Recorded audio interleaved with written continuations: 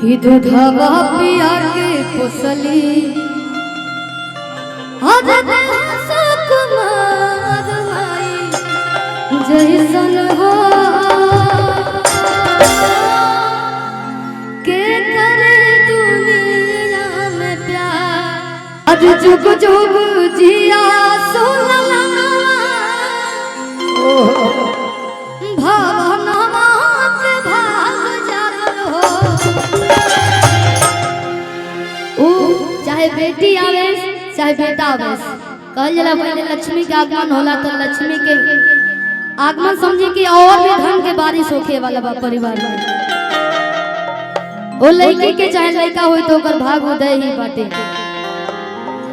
हद जुग जुग जिया सोला भावना के भाग जागल हो।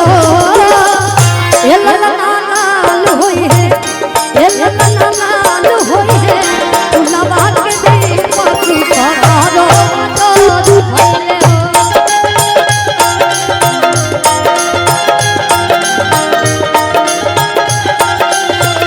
ए लाल होई है उलवा के दीपक पकारो अम्मा की तरफ से भैया ये एक सेकेंड। आपका मुस्कान कल जला इंसान के चेहरा ही होकर परिचय देला।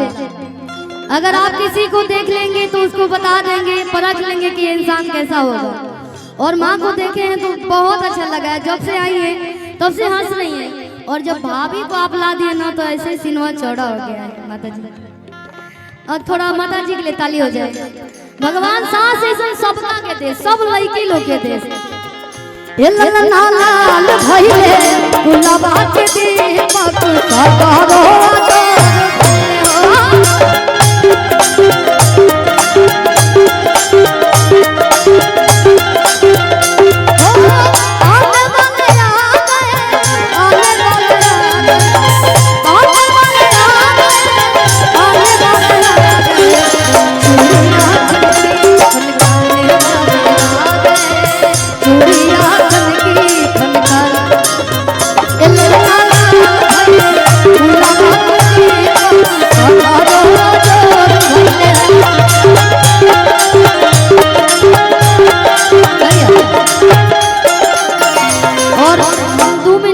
नीचे जाता नहीं काहे से कि एगो बाबू होई एगो बाबू भइल।